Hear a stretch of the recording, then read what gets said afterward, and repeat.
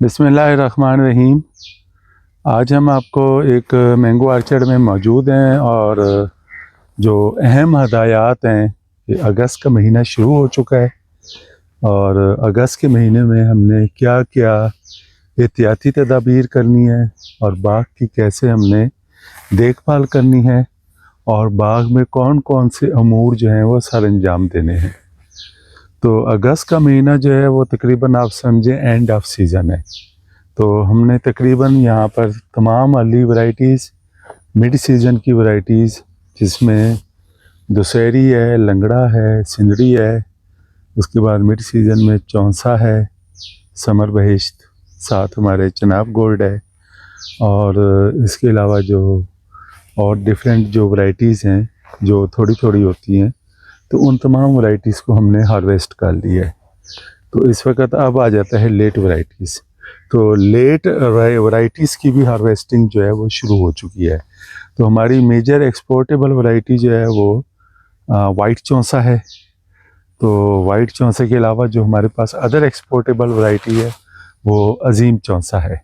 इसके साथ साथ हमारे पास 12 नंबर अटोल है, वो भी किसी हद तक एक्सपोर्ट भी हो जाती है और उसके साथ हमारे पास सेंसेशन है। और बाकी जो हैं कुछ वैरायटीज़ जो कि देसी टाइप होती हैं वो भी कुछ इसमें लेट वैरायटीज़ में आ रही होती हैं।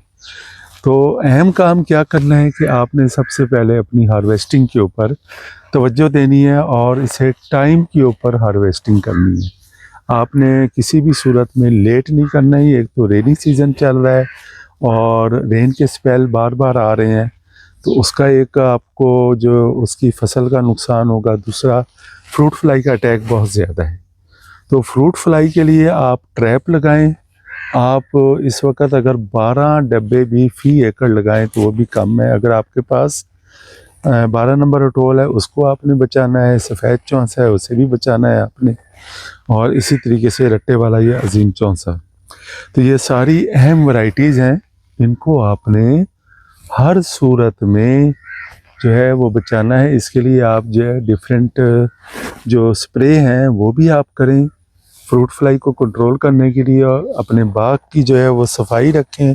किसी किस्म का आपके बाग में जो है नीचे फल, अगर कोई फल गिरा हुआ है, जैसे यहाँ 2 दाने हमें नज़र आ रहे हैं, तो इसको रोज़ाना की बुनियाद पर इसकी सफाई करें। इसके साथ साथ ये काला चौंसा है, इसके पास हम खड़े हैं। ये बड़ी हैवी बेरिंग वैरायटी है और माशाल्लाह ये हर साल मतलब जो है ना अच्छा फ्रूट देती है, लेकिन इसकी ज़ाहिर मार्केट में बहुत कम कीमत लगती है।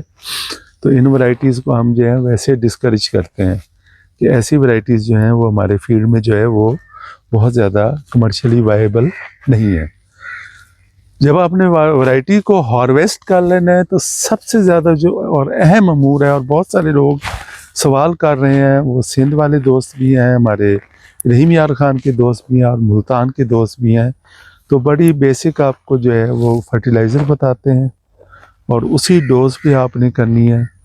नंबर 1 है डीएपी। डीएपी आपने 3 किलो फ़ी पौधा पड़ा, उसको आप ऐसे समझ लें कि ये यूनिफॉर्म है सबके लिए। इसी तरीके से एसओपी 1 किलो फ़ी बड़ा पौधा। अब आ जाता है उसका नाइट्रोजन। नाइट्रोजन आपने 1 किलो देनी है।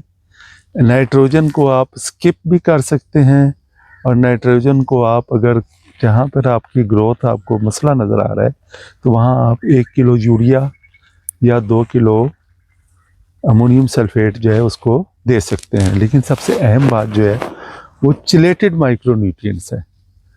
अब आप देख रहे हैं कि जितनी भी मौसमियाती तब्दीली आ रही है और जितनी भी मौसम में ट्विस्ट आ रहा है, क्लाइमेट चेंज है, चेंजिंग क्लाइमेट है, तो उसमें जो है हमें अपने पौधों की जो कैपेसिटी है, उसकी फ्रूट होल्डिंग की, फ्लावरिंग की, उस कैपेसिटी को अगर हमने बढ़ाना है तो फिर हमें माइक्रो न्यूट्रिएंट्स, जहाँ भी जिस बाग में खड़े हैं माइक्रो न्यूट्रिएंट्स की यहाँ भी शदीद कमी है। इसी तरीके से डिफरेंट आर्चर्ड हैं, जिस आर्चर्ड में हमने चेक किया है वहीं हमें बाग में माइक्रो न्यूट्रिएंट्स की बहुत शदीद कमी नज़र आई है। तो इस कमी को पूरा करने के लिए बहुत ज़रूरी है कि हम 250 ग्राम चिलेटेड माइक्रो न्यूट्रिएंट्स फ़ी प्लांट हर सूरत दें। और कम से कम इसको हम 3 साल तक तो इसी डोज पर दें। उसके बाद हम डोज को थोड़ा सा कम करके, लेकिन हम इसको एक अपनी रेसिपी में शामिल रखें। और ये इस वक्त बेस्ट टाइम है। फिर एक टाइम आएगा जब हम फ्रूटिंग स्टेज आएगी, फ्लावरिंग स्टेज आएगी, या सर्दियों में हम दोबारा रिकमेंड करते हैं कि आप बोरान और जिंक भी दें। तो इस वक्त चिलेटेड माइक्रो न्यूट्रिएंट्स का जो एप्लीकेशन है वो बहुत ही फ़ायदेमंद है और ये ज़रूर देनी चाहिए। अगर आप DAP नहीं यूज़ कर रहे तो फिर आप अपनी फर्टिलाइज़र को बैलेंस कर लें। अगर आप NPK है या NP यूज़ कर रहे हैं तो फिर 7 से 8 किलोग्राम इन दोनों खादों में से कोई भी खाद आप इस्तेमाल कर रहे हैं तो ज़रूर यूज़ करें। अगर NP है तो उसके साथ 1 किलो पोटाश यूज़ करें। अब आ जाते हैं हम, ज़ाहिर है हमने बाग जहाँ पे तोड़ लिया है, जहाँ तोड़ रहे हैं, अगर बारिश हो गई है तो बारिश के बाद आपने फ़ौरन जो है बेहतरीन फंजीसाइड का स्प्रे करना है। उसमें फंजीसाइड में कॉर्नर है, बहुत अच्छा प्रोडक्ट है। उसके साथ साथ जो है आपका रिकार्डो है, वो भी बहुत अच्छा प्रोडक्ट है। और बहुत सारी डिफरेंट फंजीसाइड हैं। और जो कॉर्नर है वो बैक्टीरियासाइड भी है और फंजीसाइड भी है। तो उसका इस्तेमाल जो है वो सबसे ज़्यादा सूदमंद है। अगर आपने अपने बाग में आपका फल खड़ा है या आपने अगर फल तोड़ लिया, दोनों सूरतों में आपने जो है कॉर्नर का जो है वो एक स्प्रे जो है वो ज़रूर करना है। उसकी डोज जो है 1.5 kg पर 1000 लीटर ऑफ वाटर, और आप कह लें कि 150 ग्राम 100 लीटर पानी में। तो इसी तरीके से आपने जो इंसेक्टिसाइड है उसको भी आपने नोट करना है। इस वक्त लीफ कटर जो है वो आपको नज़र आ रहे हैं, तो उसमें कोराजिन या उसके साथ मिलती जुलती कोई दवाई। और दूसरे नंबर पर जो है आपका अगर जैसे अब गर्मी और हब्स बढ़ेगा तो फिर थ्रिप्स का दोबारा अटैक होगा। तो छोटे पौधों को भी आपने बचाना है, छोटे पौधों को ग्रोथ भी करानी है, तो वहाँ पर आपने थ्रिप्स का जो है स्प्रे और इसको साथ साथ जो है कोराजिन, एमामेक्टिन, कोई भी ऐसी दवाई जो है वो मिलाकर लाजमी ही स्प्रे करनी है। तो ये आपका फंजीसाइड भी ट्रीटमेंट हो गई, इंसेक्टिसाइड की ट्रीटमेंट हो गई, फर्टिलाइज़र हो गई। अब आखिर में जो है ना वो आ जाता है छोटे पौधों की देखभाल। छोटे पौधों की देखभाल अगर मैंगो स्मॉल ट्री सिस्टम में है, और ज़ाहिर है मैंगो स्मॉल ट्री सिस्टम अभी बहुत ज़्यादा डेवलप नहीं है, बहुत चंद आर्चर्ड हैं जिनको 4 से 5 साल हुए हैं, वरना हज़ारों एकड़ ऐसे हैं जो अभी दूसरे तीसरे साल में हैं। तो उनकी जो देखभाल है, उनकी प्रूनिंग है, उसके मुतालिक हम अलहदा से आपको वीडियो बनाएंगे और आपको बताएंगे कि लोग जो हैं वो 1 साल मैंगो स्मॉल ट्री सिस्टम के आगे खड़े होकर कहते हैं कि ये कामयाब हो गया, और दूसरे साल कहते हैं कि नहीं ये नाकाम हो गया।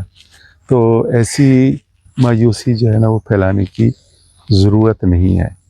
मैं चाहूँगा कि जो साइंसदान हमारे जिनकी कैपेसिटी बिल्डिंग नहीं है वो अपनी कैपेसिटी बिल्डिंग करें, जिनको नॉलेज कम है वो अपने नॉलेज में इजाफा करें, और जिनको जो समझते हैं कि वो हम हर तरीके से माहिर हैं तो वो फिर मेरे साथ आठ के बैठें। तो मैं उनको समझाऊंगा कि मैंगो स्मॉल ट्री सिस्टम असल में क्या चीज़ है, उसे कैसे मेंटेन करना है, उसकी प्रूनिंग कैसे करनी है, और उससे आपने बेहतरीन फल कैसे लेना है। तो ये इंशाल्लाह मैं आपको अगली वीडियो में बताऊंगा जी। Thank you very much. खुदा हाफिज़।